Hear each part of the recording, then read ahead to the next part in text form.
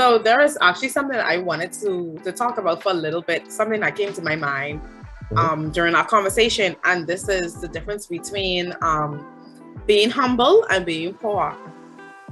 Because humble doesn't mean that you are just over there in a corner, not asking for anything, being in need all the time and suffering, or you have lack. That's not what being humble is. That's what being poor is, and that's that poverty mindset that we started off talking about. And being humble is more like when you're not like kind of trying to exalt yourself about people. You have yourself on this pedestal. This is you. You want to be seen and recognized all the time. And so when God asks us to be humble, He's not telling us that we should be poor. So that humility doesn't have anything to do with the amount of money that God wants us to make. It has to do with our heart. It has to do with our spirit. It has to do with our posture. It has to do with our attitude. It has to do with our relationships with people. So God is not saying, be humble so you can be in lack. Because remember now, He created us for wealth, to obtain wealth. And so He can't create you to obtain wealth and tell you go sit down in the corner and have a poverty mindset, because that doesn't make sense. And He isn't a God of confusion. So that's just something that I thought about, humility versus poverty, because that poverty is more of, you're stuck in that position with not lack, no possessions, no money, no anything. And it may be difficult to get out of that, going back to what we talked about. Of course, if you don't have God first. And of course, when you're in that state of mind, you start to think differently, and then you start to do things that could get you money fast. You just need to get out of wherever you are. And so that's not what he does not want us to be in that place. But yes, He does want us to remain humble, because the Bible speaks a lot about humility as well. I think it's a very good point that you shared. Because I think sometimes too, I think as a person of faith, you may not necessarily, you may have the means, but you may not want to be someone who is flamboyant with it, or somebody who wants to be just all over the place with it. And you may decide, hey, well, listen, I'm a person who's successful, who has wealth, but that's not my identity. That's not something I want to present to people. I want people to see the God in me first. What a wealth. And I think that's a very good point. I think I've seen it from people who have a lot of money, and I tell people the example all the time. And he's not. I mean, I don't know his faith, his faith and foundation, or whatever. But I tell everybody, I met Richard Branson one time, many years ago, and you see this particular he does on TV, promote his business. I used to work near the Hilton, so I would go to Hilton on Tuesdays and Thursdays, listen to the live music. And so I was sitting down one night, having a glass of wine at the bar, and he comes in, and he comes to the bar just so casually, no big announcement. No, I remember, so I didn't notice him right away. I saw the other people kind of looking in that direction, and he was literally right next to me. And I said, "Wow, is that Richard Branson?" So I figured, well, I have nothing to lose. I started talking to him. Why not? Yeah, he's human. But he was so nice. He was very nice, very, very, very, very humble, very engaging, and someone of his popularity and of his wealth. It's easy to expect that not to not happen. Right. And so for instance, if somebody didn't know who he was, he wasn't going to be. He didn't have that whole "do you know who I am" kind of personality. And then I saw the way he spoke to the people who were helping him. And it was just very polite to them. He would just say, "Hey, I'm in this room, come into the room." That's and humility right there. He said please, he said thank you. He wasn't very entitled with the way he did things. And like I said, if you didn't know who he was, you then in that moment it would have it would not have given away that he was a billionaire.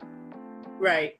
And so he had a very humble demeanor about him in that moment. And so I that stuck with me because it said to me that you don't have to be that person. You have this hard story how they actually go out, and then you meet someone who has a lot of money than these people. Who I'm sure he has a lot of demands, but certainly he was obviously. Right, but his spirit was just very humble. Yeah, and I get the sense that wasn't. And I got to think out the way he works in a natural way from him.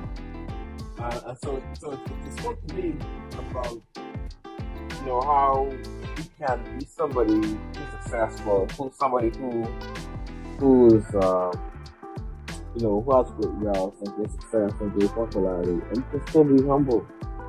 He didn't really wear it in that moment. He didn't wear his wealth and his popularity on his feet. He didn't walk into place and tell everybody, "Hey, do you know who I am?" And I've seen people do it. I've seen Bahamians do it. like I've seen Bahamians who talk about it. Yeah, who honestly I didn't know who they were, and they were like, "Hey, you know who I am. You don't know who I am?" Like, no, I don't. For me. I've seen it. I've met certain people who weren't even celebrities. They were related to certain celebrities, and they were like, "Hey, you don't know who I am." Celebrity by association. They weren't even celebrities because clearly I don't know who you were. And then afterward, I'm like, you know what? Should I have known who the person was? Okay, let's go down. Nothing. Not even a Wikipedia page. Wow, not even a fake page. No. Nothing. At least make up your own Wikipedia page, man. Come on, man. But so I think it's a great point you brought up about just even in your state of success and having provisions that there's still you can still be humble. And it doesn't mean that you're poor or that being humble means that you have to be poor, but you can have the nice house or the nice car or the other means and still be someone who is approachable and who represents God in a genuine way. I think that's a very good point to you.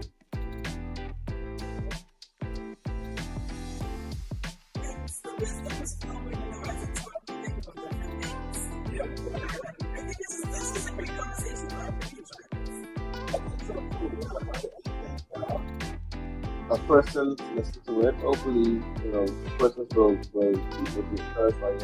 It'll bring front and defense. Whether they agree with what you said or disagree, I think it's a big conversation to have. And I think we should talk about it more in church. I don't think we talk about this enough. I think we just have a blanket approach to it. Hey, spending money is bad. Spending money is bad.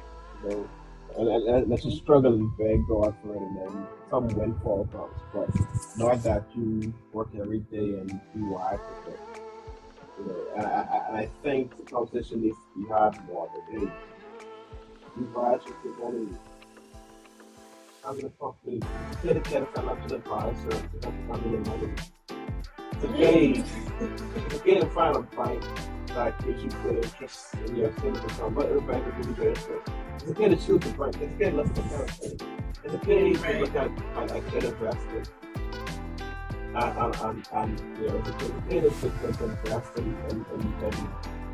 investment that have the money to grow.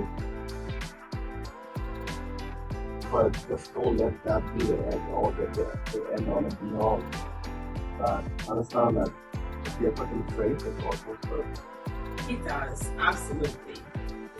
Absolutely. Seeking first the kingdom of God and all the things for reality. We're on the same wavelength. I was thinking the same thing just now. Seeking first.